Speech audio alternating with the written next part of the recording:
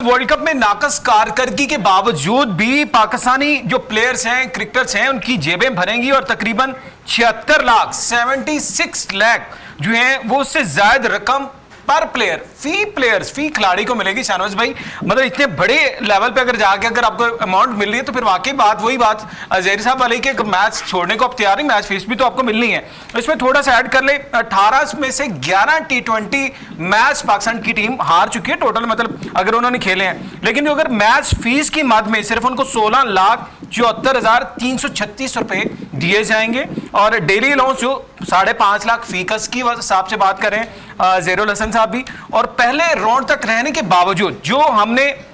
Matches खेले, 2 matches जो खेले उसके बावजूद $2,47,500 तकरीबन 7 करोड़ रुपए पाकिस्तानी 7 करोड़ रुपए बनते हैं, ये मिलेंगे। और जो 2 मैचेस हमने जीते हैं, सिर्फ 2 मैचेस हमने जीते हैं, आयरलैंड का और कनाडा वाला, तो उसके जो हमें आईसीसी जो रेवेन्यू मिलना है वो है $62,308 तकरीबन 1,75,00,000 रुपए, ये भी जो है ग्रीन शर्ट्स को मिलने हैं। मतलब इट्स मीन कि जब आपको इतनी बड़ी अमाउंट, इतने जो है वो पैसे मिलते दिखाई दे रहे होते, फिर आपको वाकई में बाहर बैठने का दिल नहीं करता। पॉइंट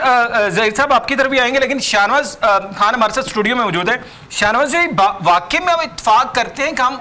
प्लेयर्स को इतना बड़े बजट जब दे रहे होते हैं तो फिर पैसा ही मैटर कर रहा था, फिर परफॉर्मेंस या टीम के, हम अगर कहते हैं कि हम बोझ हैं टीम के ऊपर, हम खुद स्टेप डाउन नहीं कर करना चाह रहे होते। यार ये जितनी भी आप लोगों ने बातें की, मैं तो इस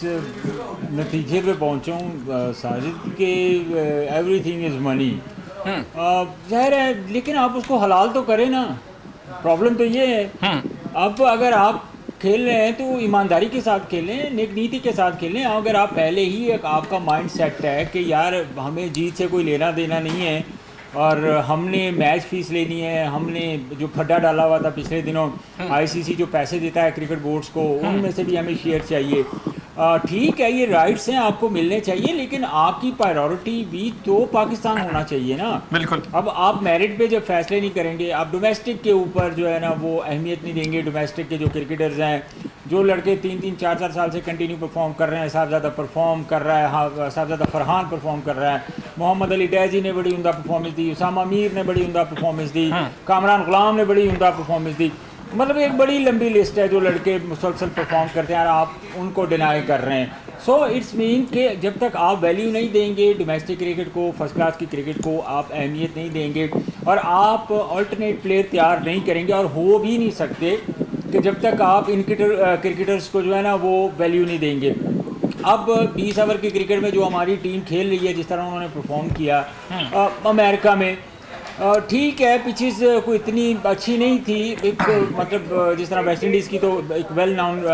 टेस्ट नेशन है, वहाँ की तो आपको पिचेस का आइडिया है, लेकिन वहाँ पे ठीक है, ये भी एक्सक्यूज मैं मानता हूँ, लेकिन मैं मानता हूँ ठीक है उसकी वजह कि ठीक है लेकिन यार नॉर्मली जब वर्ल्ड कप होता है ना, जब आप बड़ा इवेंट खेलने जा रहे होते हैं तो 1 साल 2 साल पहले आप उसकी तैयारी शुरू करते हैं। बिल्कुल ऐसे हम आखिरी हफ्ते तक हम एक्सपेरिमेंट कर रहे थे, सबसे बड़ा प्रॉब्लम ये था। हमने ऑल्टरनेट को प्लेयर्स तैयार नहीं किए। बेंच स्ट्रेंथ हमारे पास क्या थी, अगर खुदा न खासा एक फास्ट बॉलर अनफिट होता है तो उसके मुतबादल हमारे पास दूसरा कोई बॉलर अवेलेबल नहीं होता। कोई बैटर है जो परफॉर्म करके बाहर बैठा हुआ है, या आप उसको लेकर नहीं गए, या जो बेंच स्टैंड पे बैठा हुआ है उस कैलिबर का प्लेयर नहीं है कि वो इंटरनेशनल क्रिकेट में परफॉर्म कर सके। अब बात ये है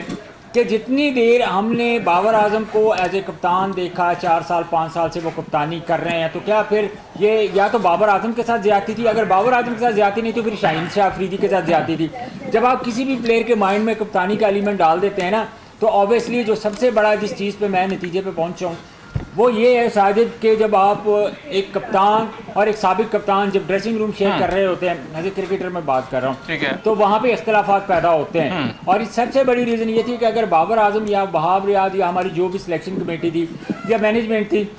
अगर वो डोमेस्टिक के क्रिकेटर्स को अहमियत देती तो मेरा ख्याल है कि हमारा जो बेंच स्ट्रेंथ था वो भी मजबूत होता और एक फेयर जो मौके थे वो भी मिलने थे, तो शायद आज हम बैठ के ये गिले शिकवे ना कर रहे होते। बिल्कुल ठीक है। पाकिस्तान की क्रिकेट ने अगर इम्प्रूवमेंट लानी है तो दे मस्ट बी नीड के वो डोमेस्टिक के क्रिकेटर्स को